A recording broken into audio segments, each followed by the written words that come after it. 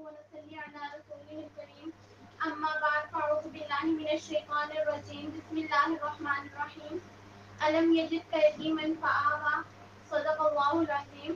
کیا نہیں پایا آپ نے یتیموں کو پھر انہیں جگہ دی. محترم حاضرین، آج کی محفل میں انتہائی اختصار کے ساتھ اپنے آقا صلی اللہ علیہ وسلم کے بچپن پر روشنی ڈالنا چاہتی ہوں. میرے ہم عمر اور ہم سفر ساتھیوں، سارے انبیاء کی سیرتوں کا مطالعہ کر لیجیے، آپ کو ان کے بچپن اور جوانی کے تفصیلی حالات نہیں ملیں گے. لیکن یہ میرے آقا کی خصوصیت ہے کہ ہمیں آپ کے ولادت اور نزاعت سے لے کر وفات تک کے تفصیلی حالات معلوم ہیں. میرے آقا صلی اللہ علیہ وسلم ابھی شکم مادر ہی میں تھے کہ والد کا انتقال ہو گیا. 6 سال کی عمر ہوئی تو والدہ بھی فوت ہو گئی. 8 سال کی عمر کو پہنچے تو دادا بھی چل بسے. نکتہ بھروں نے اس سے یہ نکتہ نکالا کہ عام طور پر تو ہوتا یہ ہے کہ اولاد میں کوئی کمال نظر آئے تو اسے والدین کی طرف منسوب کرتے ہیں. شاگرد میں کوئی کمال نظر آئے تو اسے استاد کی طرف منسوب کرتے ہیں. مرید میں کوئی کمال نظر آئے تو اسے پیر کی طرف منسوب کرتے ہیں. اللہ تعالیٰ نے آپ صلی اللہ علیہ وسلم کو تعلیم و تربیت کے ظاہری سہاروں سے محروم فرما کر براہ راست اپنا سہارا عطا کر دیا تاکہ آپ صلی اللہ علیہ وسلم کے عملی اور اخلاقی کمالات دیکھ کر کوئی یہ نہ کہہ سکے کہ یہ والدین کی تربیت کا نتیجہ ہے، یہ دادا کی تربیت کا ثمرہ ہے، یہ فلاں استاد اور فلاں شیخ کی صحبت کا اثر ہے. اور یہ صرف آپ صلی اللہ علیہ وسلم کی تخصیص نہ تھی بلکہ سارے انبیاء کا یہی حال تھا. میں سوال کرتی ہوں، آپ جواب دیجیے. حضرت نوح علیہ السلام کو شجاعت کا سبق کس نے دیا؟ کہہ دیجیے اللہ تعالیٰ نے. حضرت ابراہیم علیہ السلام کو خلت کے مقام تک کس نے پہنچایا؟ حضرت اسماعیل علیہ السلام نے تسلیم و رضا کا درس کہاں سے لیا؟ حضرت صالح علیہ السلام نے فصاحت کہاں سے سیکھی؟ حضرت لوط علیہ السلام کو حکمت کس نے عطا کی؟ حضرت موسیٰ علیہ السلام کا جاہ و جلال کس کی تربیت کا ثمرہ تھا؟ حضرت ایوب علیہ السلام کا صبر کس کی محنت کا نتیجہ تھا؟ حضرت یونس علیہ السلام کو توبہ اور انابت کا راستہ کس نے بتایا؟ حضرت عیسیٰ علیہ السلام نے زہد و قناعت کا سبق کہاں سے پڑھا؟ اللہ تعالیٰ سے. اگر آپ کہتے ہیں اور بجا کہتے ہیں کہ ان سارے انبیاء کو علمی، عملی اور اخلاقی کمالات مربی حقیقی رب تعالیٰ نے عطا کیے تھے تو میں بھی سچ کہتی ہوں کہ حضرت محمد رسول اللہ صلی اللہ علیہ وسلم کو نوح علیہ السلام کی شجاعت، ابراہیم علیہ السلام کی خلت اور اسماعیل علیہ السلام کا جذبہ، تسلیم و رضا، حضرت صالح علیہ السلام کی فصاحت، حضرت لوط علیہ السلام کی حکمت، حضرت موسیٰ علیہ السلام کا جاہ و جلال، حضرت ایوب علیہ السلام کا صبر، حضرت یونس علیہ السلام کی توبہ انابت اور حضرت عیسیٰ علیہ السلام کا زہد و قناعت صرف اور صرف اللہ تعالیٰ نے عطا کیا. اور آپ صلی اللہ علیہ وسلم کے کمالات نہ کہ والدین کی تربیت کا ثمرہ تھے، نہ کسی استاد کی محنت کا نتیجہ تھے. اس لیے تو یہ ممکن ہوا کہ ایک زندگی میں کئی زندگیاں اور ایک سیرت میں کئی سیرتیں سمٹ کر سما گئی.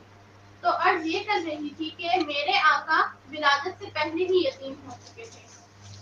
ولادت کے بعد آپ صلی اللہ علیہ وسلم کی رضاعت کا مسئلہ پیش آیا. عربوں میں یہ رواج تھا کہ وہ رضاعت اور ابتدائی پرورش کے لیے شہروں سے زیادہ دیہاتوں کو پسند کرتے تھے. جب آپ پیدا ہوئے تو کئی خواتین رضاعت کے لیے بچوں کی تلاش میں شہر مکہ آئیں، لیکن سب نے مالدار گھرانوں سے بچوں کو ترجیح دی. محمد صلی اللہ علیہ وسلم کو کسی نے لینا قبول نہ کیا. وہ یہی سوچتی رہی کہ اس یتیم بچے کی ماں ہمیں کیا دے سکے گی. انہیں کیا معلوم تھا کہ جس بچے کو وہ یتیم سمجھ کر چھوڑ رہی ہیں وہ تو در یتیم صلی اللہ علیہ وسلم ہے، وہ تو نبی مسیح صلی اللہ علیہ وسلم ہے، وہ تو دعائے خلیل صلی اللہ علیہ وسلم ہے، وہ تو فخر انسانیت صلی اللہ علیہ وسلم ہے، وہ تو سرمایہ کونین صلی اللہ علیہ وسلم ہے، وہ تو محبوب الہی صلی اللہ علیہ وسلم ہے. انسان بھی کتنا جاہل ہے نا، اور احمد ہے کتنی آسانی سے دھوکہ کھا لیتا ہے. کبھی سنگریزوں کو موتی اور کبھی موتیوں کو سنگریزے سمجھ لیتا ہے. زہر کو تریاق اور تریاق کو زہر جان لیتا ہے. دوست کو دشمن اور دشمن کو دوست یقین کر لیتا ہے. جس بچے کو وہ خواتین اس لیے چھوڑ گئی تھی کہ اس کی والدہ سے سرمایہ حاصل ہونے کی امید نہ تھی. انہیں کیا خبر تھی کہ وہ بچہ خود بہت بڑا سرمایہ ہے. مگر وہ خواتین بھی کیا کر سکتی تھی. اللہ تعالیٰ نے ازل سے یہ سعادت حلیمہ سعدیہ رضی اللہ تعالیٰ عنہ کے قدر میں گرتی تھی۔ محترمہ حلیمہ کہتی ہیں کہ میں ایک بچے کو گھر لائی تو گھر میں خوشگوار تبدیلیاں محسوس ہونے لگی۔ کہا تو یہ حال تھا کہ میری چھاتی میں اتنا دودھ نہ تھا کہ میرا بیٹا عبداللہ بن حارث سیر ہو کر پی سکتا، اور کہا یہ حال ہو گیا کہ میری چھاتی میں اتنا دودھ اتر آیا کہ محمد صلی اللہ علیہ وسلم نے بھی سیر ہو کر پیا اور عبداللہ نے بھی۔ یہی نہیں بلکہ اس رات ہماری اونچنی نے بھی اتنا دودھ دیا کہ ہم دونوں میاں بیوی نے خوب شکم سیر ہو کر پیا۔ مکہ سے واپس چلے تو ہماری لاغر سی اونٹنی سارے قافلے سے آگے نکل گئی۔ ہم سفر عورتوں کو بڑا تعجب ہوا کہ یہ وہ اونٹنی تھی جو سب سے پیچھے رہتی تھی، آج آگے کیسے نکل گئی؟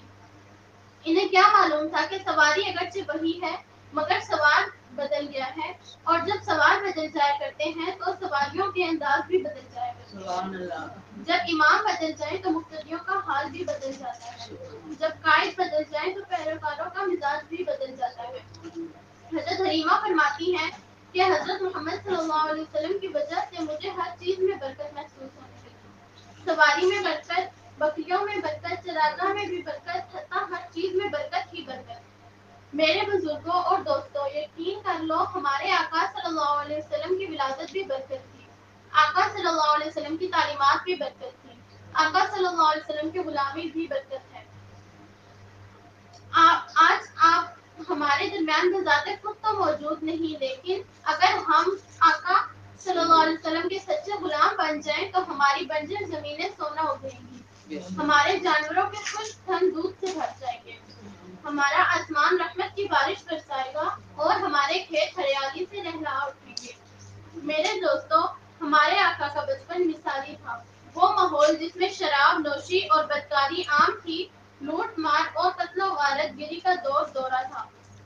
اس ماحول میں بھی آپ صلی اللہ علیہ وسلم نے ایسا بچپن گزارا اور صداقت اور امانت میں ایسا نام پیدا کیا کہ آپ صلی اللہ علیہ وسلم کا لقب بھی صدیق اور امین مشہور ہو گیا۔ جناب ابو طالب کہتے ہیں کہ میں نے آپ صلی اللہ علیہ وسلم کو بچپن میں بھی غلط بیانی یا کسی کی غیبت کرتے ہوئے اور لڑکوں کے ساتھ کھیلتے ہوئے کبھی نہیں دیکھا۔ اللہ تعالیٰ ہمیں اپنے آقا کے بچپن، آقا کی جوانی اور آقا کی ساری زندگی کو نمونہ بنانے کی توفیق نصیب فرمائے۔